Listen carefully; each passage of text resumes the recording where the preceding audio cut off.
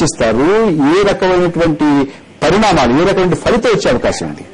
ఇప్పుడు ఒక చిన్న విషయం సార్, ఆంధ్ర రాష్ట్రంలో రాజకీయ పార్టీలు పూర్తిగా విఫలమైనవి. రాజకీయ పార్టీల మనుగడే ప్రశ్నార్థకంగా ఉంది. నాయకులను వాళ్ళ ప్రజల మనోభావాలను అర్థం చేసుకున్న స్థితిలో నాయకులు లేరు. పిసిసి, కాంగ్రెస్ అలాగే ఉంది, చంద్రబాబు అలాగే ఉన్నాడు, అన్ని పార్టీలు అలాగే ఉన్నాయి.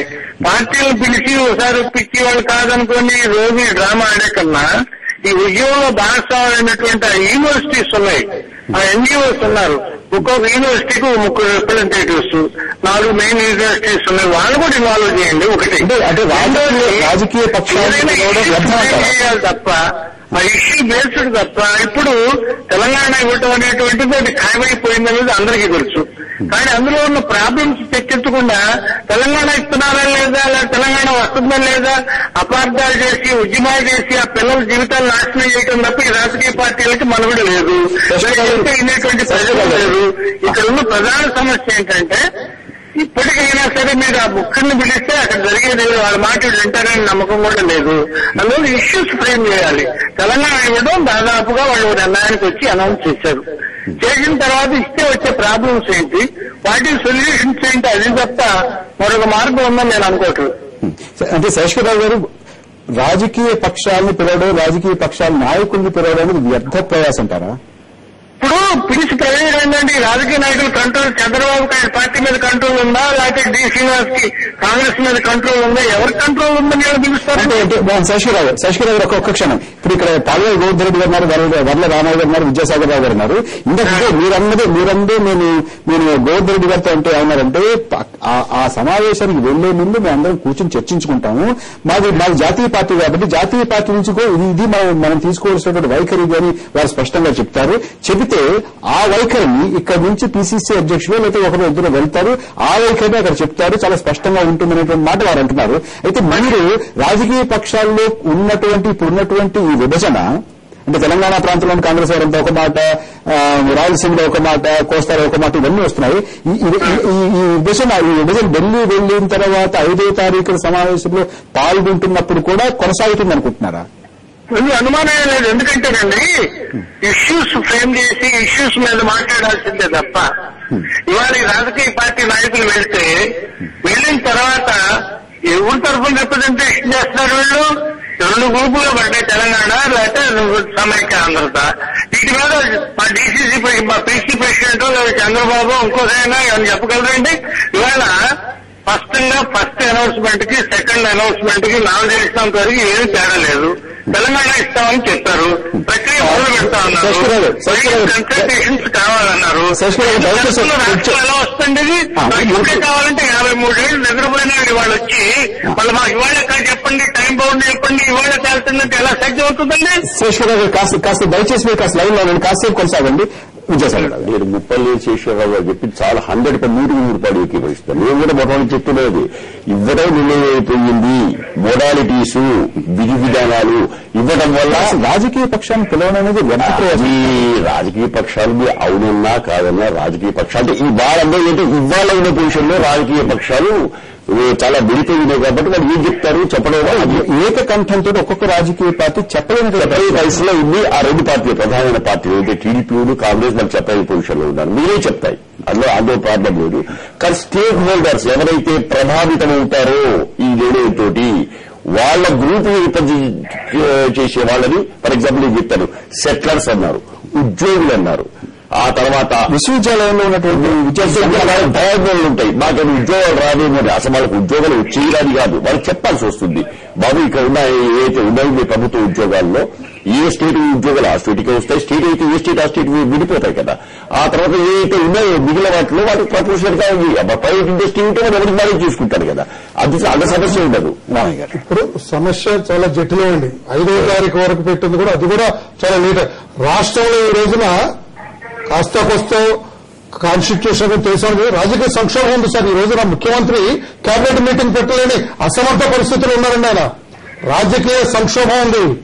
ఒక పక్కన గవర్నర్ వచ్చి అక్కడ కూర్చొని పార్లమెంట్ అడ్మినిస్ట్రేషన్ ఆయన చేస్తున్నారండి.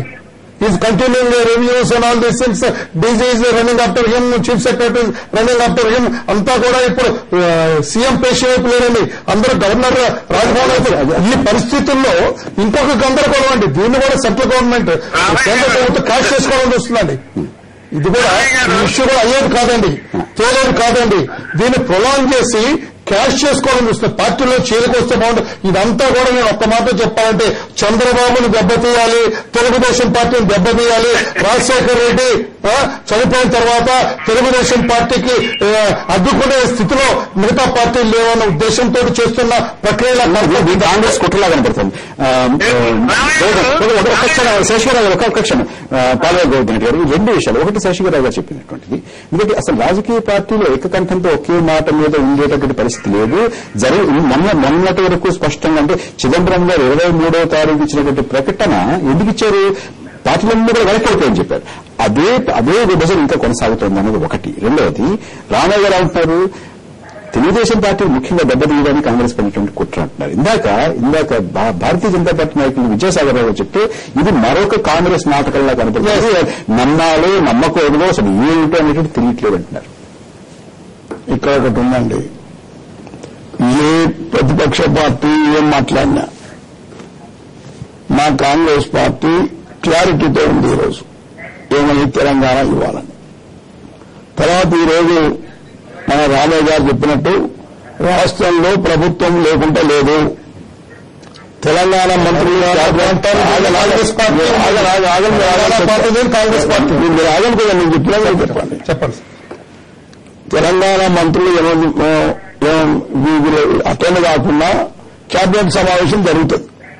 ఈ రోజు బంద్ ఉంది కాబట్టి ఈ సందర్భంలో అది ముఖ్యం కాదు. ఒకటి ఇందాక ముప్పలనేని శేషగిరిరావు గారు చెప్పినటువంటి మాట, భారతీయ జనతా పార్టీ నాయకులు విద్యాసాగర్ రావు గారు చెప్పినటువంటి మాట, ఈ రెండింటిగా ఉంటారు. ఒక్కటే ఉందండి మా దగ్గర.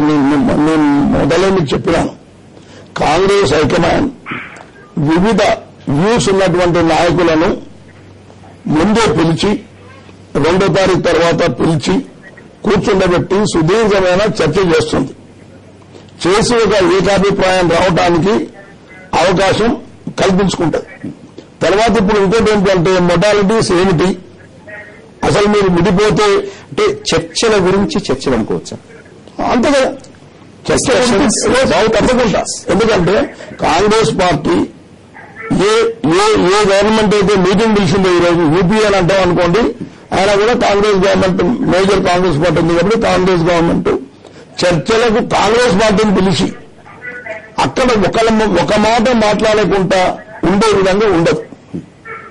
కాబట్టి మా దాంట్లో ఎన్ని డిఫరెన్సెస్ ఉన్నా, ఎన్ని అభిప్రాయాలున్నా ultimately they how to sort out ఈ అభిప్రాయాలన్నీ చేయాలి. చెప్పేది ఐక్యమిస్తాను చేసిన తర్వాత మీటింగ్ గురుగారు ఒక్క ప్రకటన చేయించండి సోనియా గాంధీ గారితో.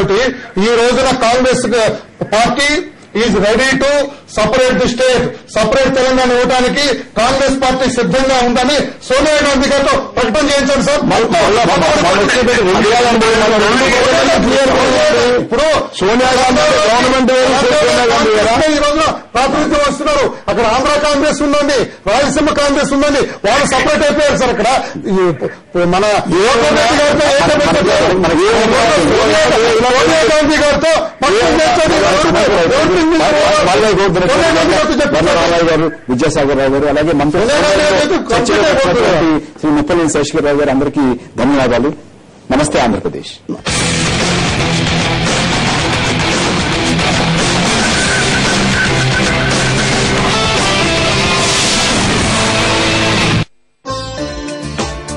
కాఫీ చాలా బాగుందమ్మా. ఏంటి విశేషం? ఇప్పుడు నందిని గుడ్ లైఫ్ పాలు వాడుతున్నాం కదా, అదే విశేషం. Good life? అవును, గుడ్ లైఫ్ అందరి ఆనందానికి, ఆరోగ్యానికి.